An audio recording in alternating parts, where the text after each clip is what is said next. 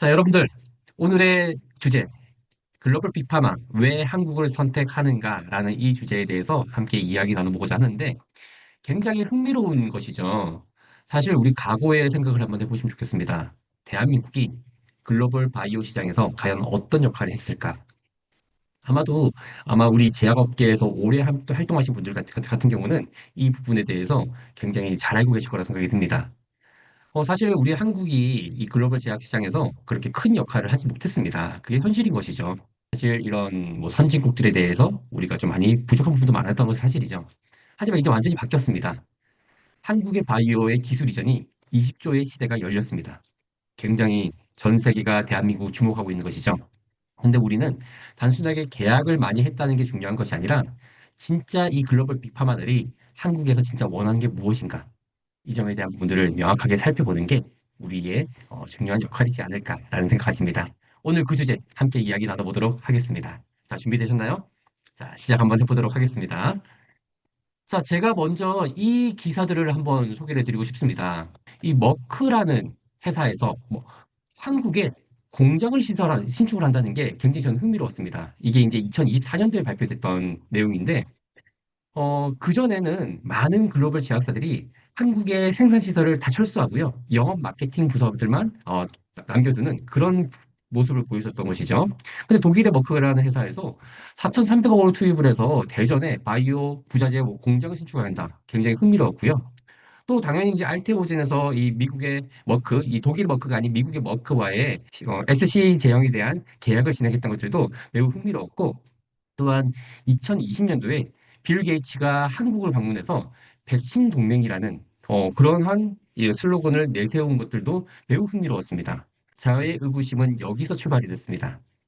그런데 이 부분들을 지금에 살펴보니까 GSK, 릴리, 산오피, 베링커버들이 한국의 바이오텍들과 계속적으로 계약을 체결하는 모습들이 언론에 계속 보도가 되면서 오, 한국의 위상이 달라졌구나라는 것들을 다시 한번 더 피부로 느끼게 되는 그러한 모습을 우리가 살펴봤던 것 같습니다. 저는 여러분들께서 이 부분들을 이해하는 것이 앞으로의 제약바이오 산업의 트렌드를 읽는 데에 굉장히 중요한 부분들을 차지하지 않을까라고 생각이 들어서 오늘 함께 소개해드리고자 합니다. 저는 이 빅파마들의 선택이 과연 왜 일어났는가에 대한 부분들 먼저 좀 소개해드려야 될 것 같습니다.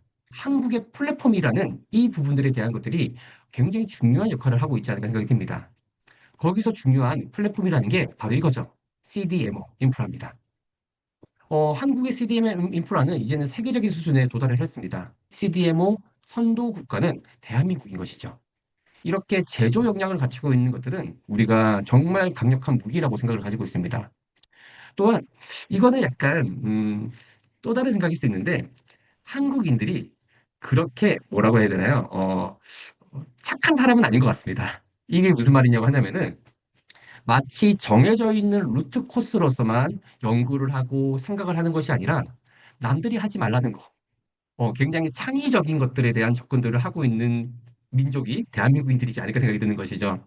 그래서 이 바이오 영역에서 정말 중요한 것은 정말 우리가 꾸준함을 가지고 있는 이 프로토콜을 유지하는 것도 굉장히 중요하겠지만은 좀 다른 생각으로 접근해 볼 수 있는 창의성을 갖는 거. 이게 굉장히 중요하다고 생각이 듭니다. 저는 이게 대체 불가능한 K-바이오의 강력한 무기라고 생각을 하는 거고 있습니다. 음, 그래서, 글로벌 빅파마들이 가지고 있는 문제의 해결점에 또 다른 열쇠를 가지고 있는 이 바이오 기술이 대한민국에 있다라는 거. 이게 굉장히 중요하다고 생각이 들고 있고요. 그리고 올해의 대한민국이 글로벌 임상 진행으로서의 3위에 랭킹되는 굉장히 유의미한 지표가 발표가 됐습니다. 사실 임상을 많이 한다는 것은 그만큼 우리가 가지고 있는 리소스들을 정말 투자를 많이 하고 있다는 것을 의미하겠죠. 그리고 글로벌 빅파마들과 얼마나 많이 연결되어 있는지를 보여주는 대표적인 모습이라고 생각하고 있습니다. 저는 이런 세 가지에 대한 것들이 다 합쳐져서 이 K바이오의 기술 이전에 첫 20조 돌파가 달성된 것이 아닐까라는 생각을 가지고 있습니다. 그래서 앞으로 이런 것들이 굉장히 좀 더 심화될 수 있다는 부분들이 분명한 것 같고요. 앞으로 펼쳐지게 될 대한민국의 바이오테크의 이런 기술적인 부분들에 대한 발전들이 더욱더 가속화되지 않을까라고 생각을 가지고 있습니다. 그러면은 글로벌 빅파마들이 과연 어떠한 K바이오들을 선택했는지를 살펴보는 것도 매우 중요하겠죠.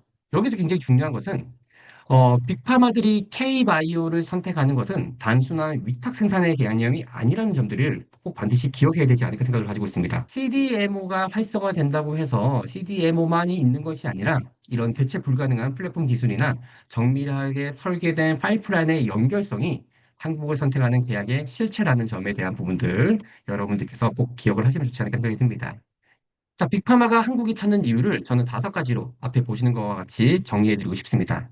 아까도 제가 설명드렸다시피 글로벌 단위 국가의 임상 실험이 3위에 이렇게 랭킹됐다라는 것들은 매우 의미 있는 지표라고 볼 수가 있고요. 두 번째, 우리 한국이 자랑하고 있는 삼성바이오로직스, 그다음에 롯데바이오로직스 등과 같은 이 CDMO의 인프라가 글로벌 탑 수준이라는 점들에 대한 것들이 굉장히 중요한 부분들이다라고 말씀드릴 수 있을 것 같습니다.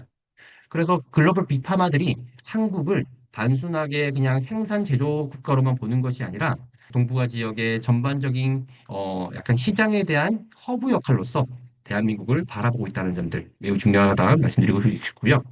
그리고 대체 불가능한 플랫폼 기술을 가지고 있는 이 ADC나 BBB 셔틀이나 SC 제어, 그다음에 장기 지속력 주사제, 그다음에 RNA 편집 기술들에 대한 부분들 빅파마들이 가지고 있는 에버그린 전략을 겨냥하고 있는 비독점적 다중계약의 가능 플랫폼들을 가지고 있는 유일한 국가가 대한민국이다. 참조하시면 좋겠고요. 그 다음에 이미 기술 이전의 경험을 많이 가지고 있는 국가가 대한민국이라는 점들도 되게 중요한 것 같습니다. 그리고 마지막 2025년부터 2030년대까지 이제 펼쳐지게 될 수많은 블록버스터급의 특허 만료들이 굉장히 우리 대한민국의 좋은 구조적인 기회로서 찾아오고 있지 않을까 생각을 가지고 있습니다. 이 블록버스터급 특허 만료로서 발생할 수 있는 소멸 가능한 예상 매출이 약 480조 원이라고 얘기를 하고 있죠. 그래서 이 글로벌 빅파마들도 굉장히 지금 비상이 걸려 있는 상태입니다. 과연 넥스트 모달리티를 어떻게 가져갈 것이냐, 그리고 넥스트 파이프라인들을 어떻게 가져갈 것인가라는 부분들을 생각했을 때에 그들이 막혀져 있는 해결책을 찾는 것이 중요한데 그런 것들에 대한 부분들을 이제 한국에서 기회를 찾을 수 있는 그런 부분들도 굉장히 재미있는 요소가 되고 있다는 것이죠. 그래서 이 5가지의 이런 기회들이 동시에 작동되는 나라가 전 세계에서 한국이 유일하다라고 평가를 받고 있는 것 같습니다. 여러분들께서 함께 하고 계시는 이 한국의 바이오테크에 대한 이 환경이 이렇게 위상이 많이 올라갔다라는 부분들 우리가 생각해 보는 것들 매우 중요할 것 같습니다. 그래서 저는 이러한 부분들을 좀 이렇게 간단하게 정리를 하면은 검증된 제조 인프라, 그다음에 혁신적인 플랫폼 기술, 그다음에 아시아 임상 허브를 동시에 연결할 수 있는 한국에 대한 부분들이 이 빅파마들에게는 단순하게 시장이 아니라 플랫폼의 거점으로서 이렇게 대두되고 있다는 부분들인 것이죠. 그래서 각각 이제 우리가 이 글로벌 빅파마들이 가지고 있는 전략에 대한 부분들에서 우리가 제공하고 있는 것들이 이렇게 다 연결이 되어 있습니다. 그래서 이 빅파마들이 한국에서 원하는 것이 단순하게 제품이나 기술이 아니라 이 구조적인 플랫폼이라는 것들을 다시 한번 우리가 생각 한번 해보시면 좋겠고요. 이런 플랫폼에 우리가 이렇게 같이 들어가는 순간부터 해서 이것은 그냥 단기적인 이벤트가 아니라 장기 로열티와 후속 계약들, 다양한 계약들이 이어질 수 있는 굉장히 중요한 지점으로서 우리가 살펴보는 것이 매우 중요하다는 것들을 꼭 한번 되새겨 보면 좋겠다는 생각을 가지고 있습니다. 그동안은 우리가 임상이나 여러 가지에 대한 부분들을 이렇게 글로벌 빅파마들과 연결하는 고리로서 살펴봤다면은 그 다음 것은 무엇일 것인가? 그러면 당연히 유통과 영업 매출을 발생할 수 있는 상업화의 영역도 살펴볼 수가 있겠죠. 그러면은 한국에서 지금 아시아권에서의 영업 마케팅 허브 역할을 하고 있는 기업들은 어디인가? 이런 점들도 살펴보는 것들도 매우 중요한 의미를 가지고 있지 않을까라고 생각을 가지고 있습니다. 그래서 그런지 모르겠습니다. 최근에 SK바이오팜에서도 미국 시장에서 직접 판매에 대한 성과를 계속적으로 홍보를 하고 있는 것들, 이미 그런 것들을 준비하기 위한 굉장히 중요한 시그널이지 않을까라고 생각해 볼 수 있을 것 같습니다. 자, 하지만은 우리가 단순하게 이렇게 좋은 것들만 생각할 수는 없겠죠. 분명하게 위험 시도도 있을 것이고요. 또 더욱더 가도화되는 경쟁 시장도 있을 것입니다. 지금 우리가 가지고 있는 이 변화되는 트렌드에서 한국이 글로벌 바이오 시장의 또 하나의 강국으로 거듭날 수 있는 기회가 찾아온 것은 분명한데요. 거기에서 우리가 어떤 주도적 역할을 할 수 있을 것인가?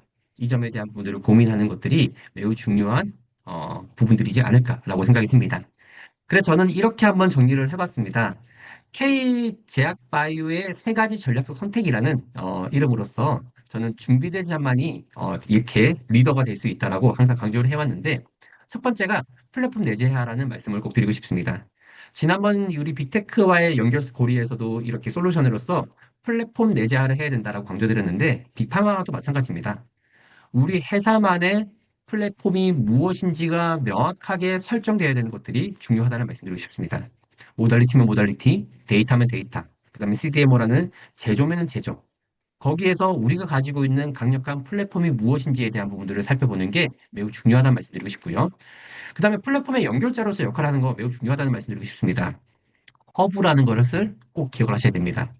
우리가 주인이 되고 우리가 리더가 되기에는 사실 글로벌 시장이 너무나도 크고요. 너무 복잡합니다. 하지만 중개 플랫폼으로서의 포지셔닝은 충분히 가능하다는 말씀드리고 싶고요.